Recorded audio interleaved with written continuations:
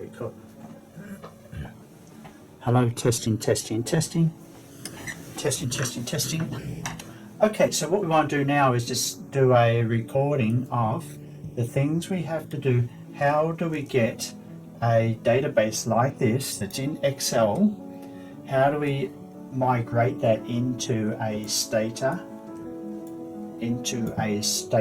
file? So there we have our Excel. Notice that there are 1, 2, 3 different rows of information, and we need to convert that to one single row because that's what Stata will read. And basically we create a 4th row that is the summary, and that will go into the Stata. And let me just delete that code here because it's going to duplicate, and then we can save that. Alright, so what we want to do now is it's a normal Excel file. We want to save it as a, let's have a look. I want to save it as a CSV file, that is comma delimited file. And what will that will make it the most basic type of file. That noise means that Excel is telling me you're going to lose any workbooks, any extra workbooks you have in your Excel sheet, which is fine. Keep using the format, yes. And now you can close the Excel file. It asks you if you want to save. It doesn't matter because you've already saved it.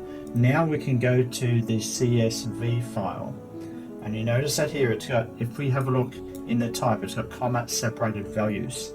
And so when we go to the comma separated values, we can open it up. And notice there are 4 rows. Again, the color's all gone. There are no extra sheets at the bottom. It's just raw data. So remember, Stata only will only allow to read 1 row at the top. So therefore, what we need to do in this step is delete the first 3 rows. Right? And now we need to save. Yes.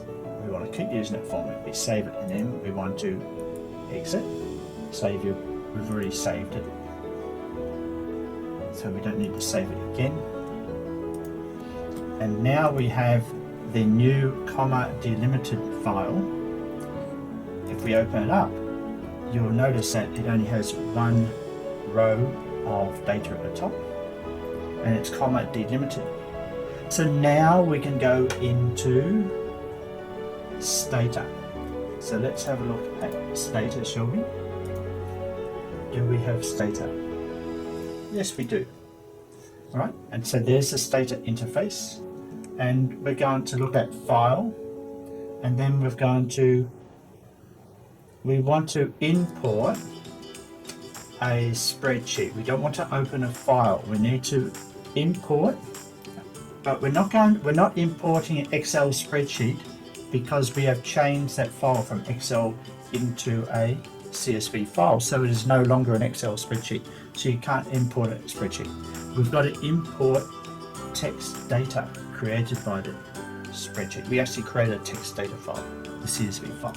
So if we import that, now we can go look for that text data file. Okay, so let's go and look for it and see if we can find it. Hopefully it is in the top here. Data files. Good report, new database. Comma.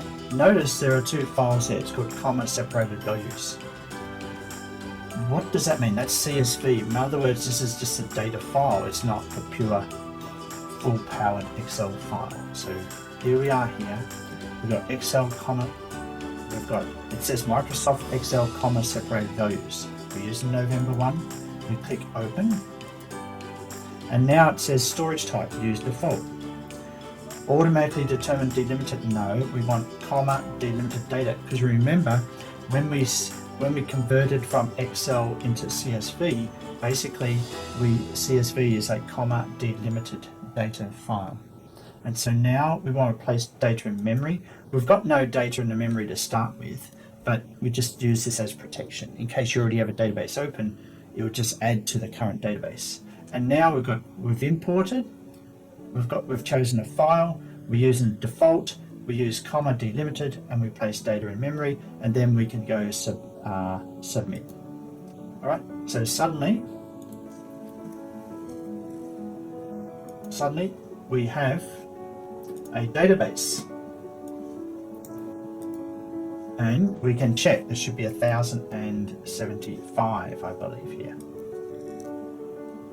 1075. There we have it. All right, and then we can go across and have a look at the new culture variables that we put in.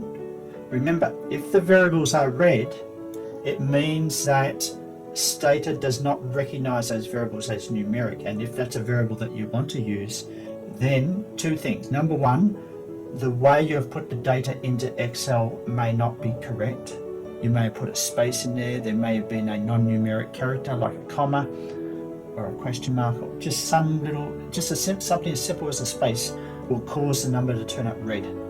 Then you need to go back there. Now, if you've done all that and it's still red, then there's a command you can use in a do file to convert it back to numeric, if all else fails. Okay, so let's go and have a look at the new data that we put in, culture data. Let's just see if it's still there. Okay, and we go up to the top, and notice we have the variables at the top, the variable names. We have EDCNIW, the EDSPIW, the CNMV, and SPMV. So now we've got two pairs of new data. We have the name of the person. Notice it's in red because that's alphanumeric. Okay, all the alphanumerics in red. That's in red, alphanumeric, that's position. And we've got position group number. Notice that's in black. That means Stata sees that as a numeric variable. All right, so now we've got our data. Now we can save it. So we press save, and that will bring us back to here, and then we can call it a particular file name. But what we want to do is go to the original alignment paper, new database, to save it. We want to save it, maybe we want to save it as, let's have a look, generate variable prepare for SEM.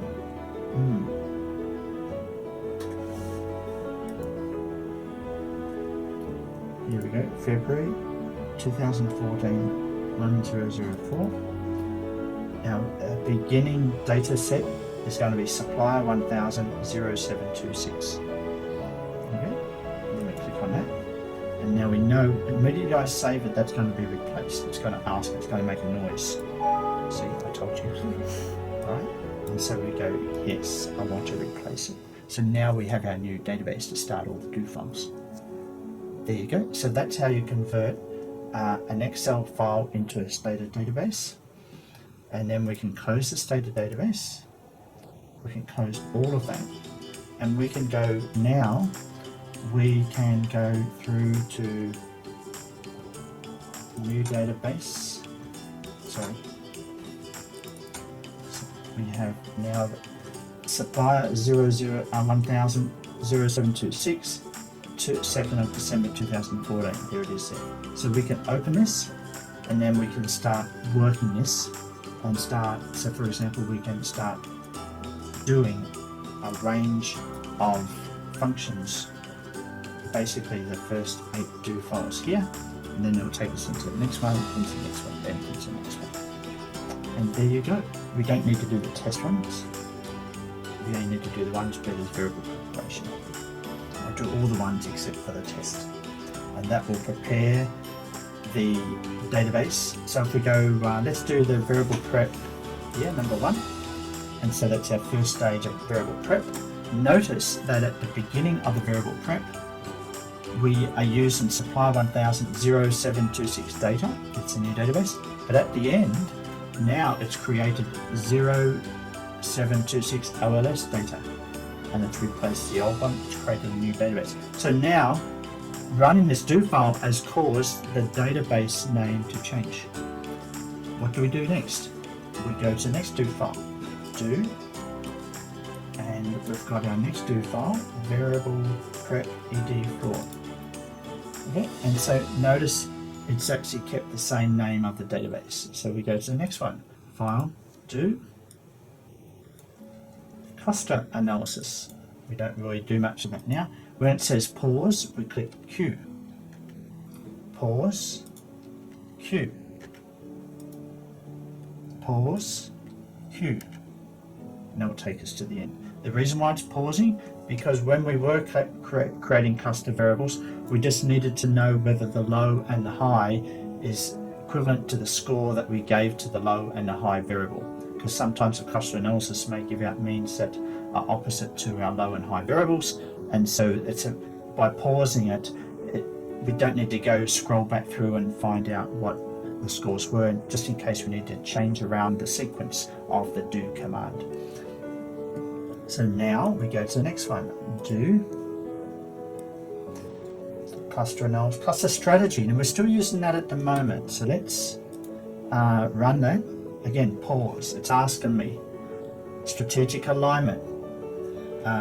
We want to know that this group, this cluster, number 2, the distance is 0.12, 0.16, 0.11, 0.17.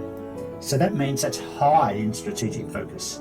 Whereas this cluster, 1.4, 1.1, 1.14, 1.38, is low. So therefore we want to put a 1 and 2 when we assign 1 equals 1, 2 equals 2 here.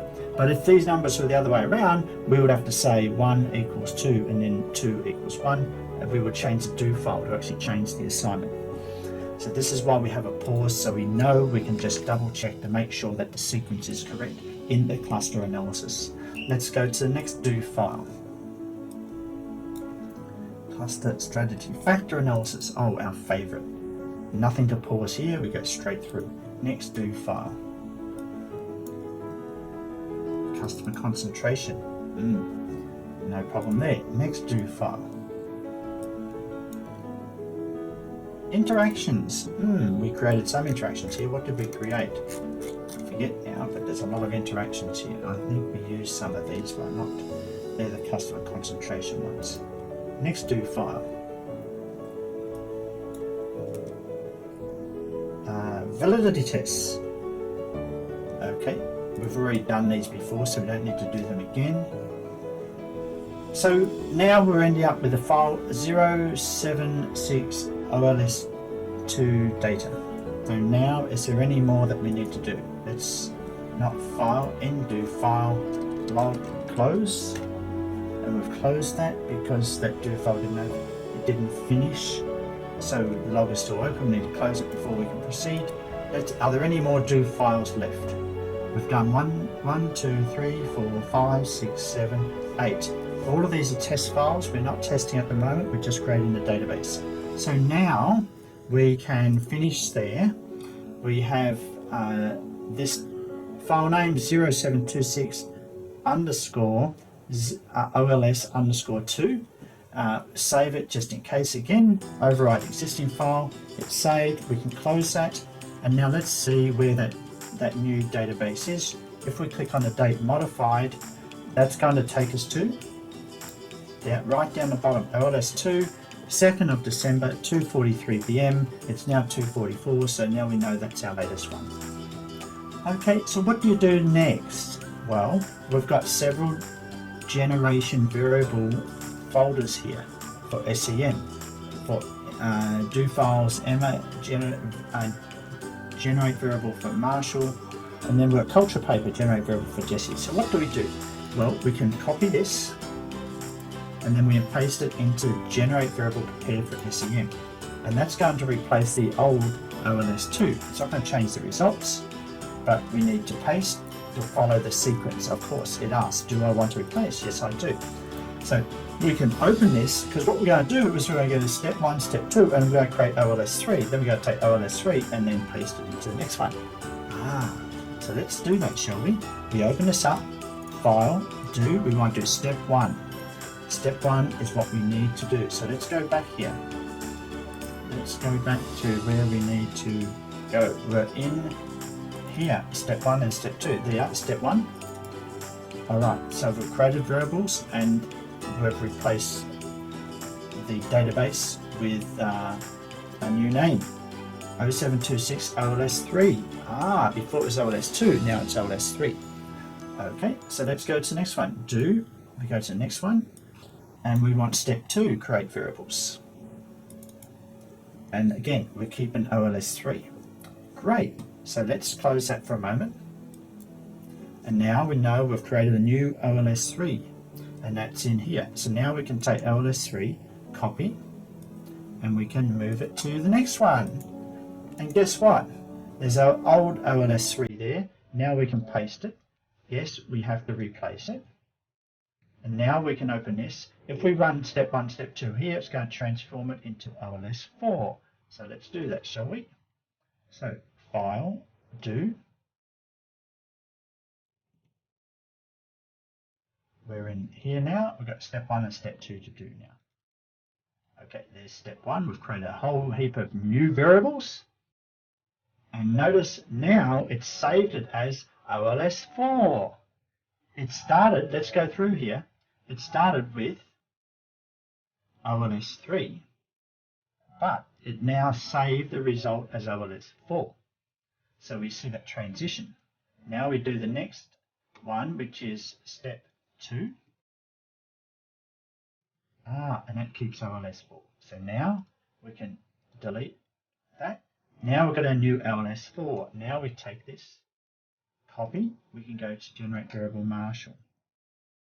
And now Marshall's got a heap of stuff here that he works with. Very dynamite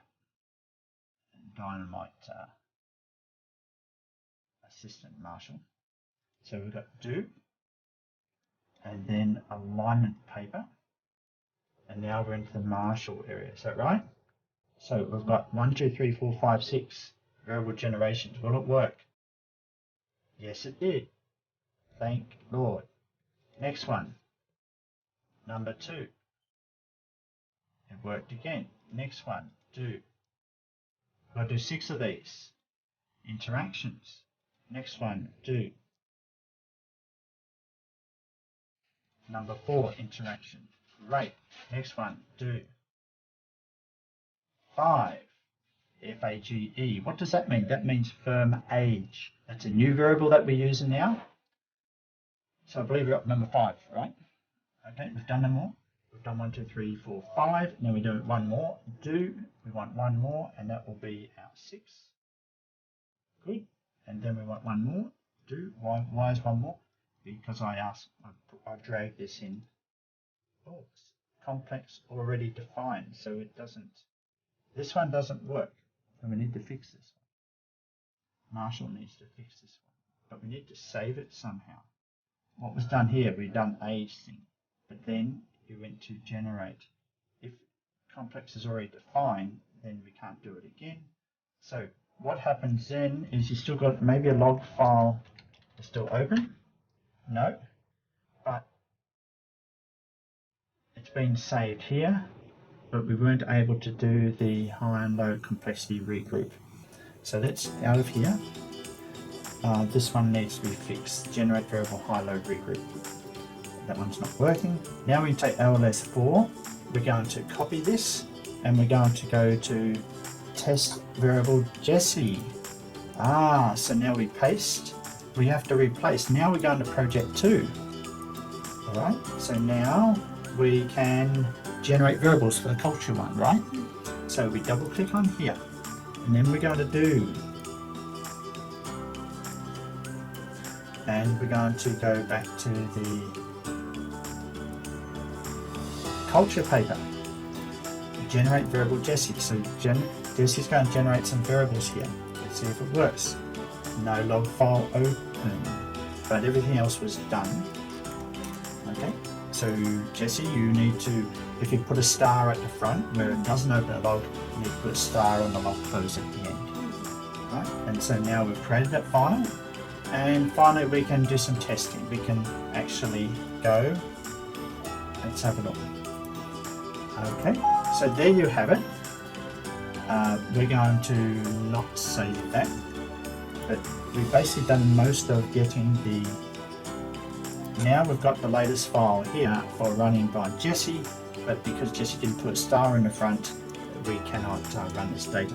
So there you have it. I've taken you through all the way from having an Excel file, and I've taken you through all the generation of variable steps through to project 1 and project 2. And the reason why there's lots of steps is because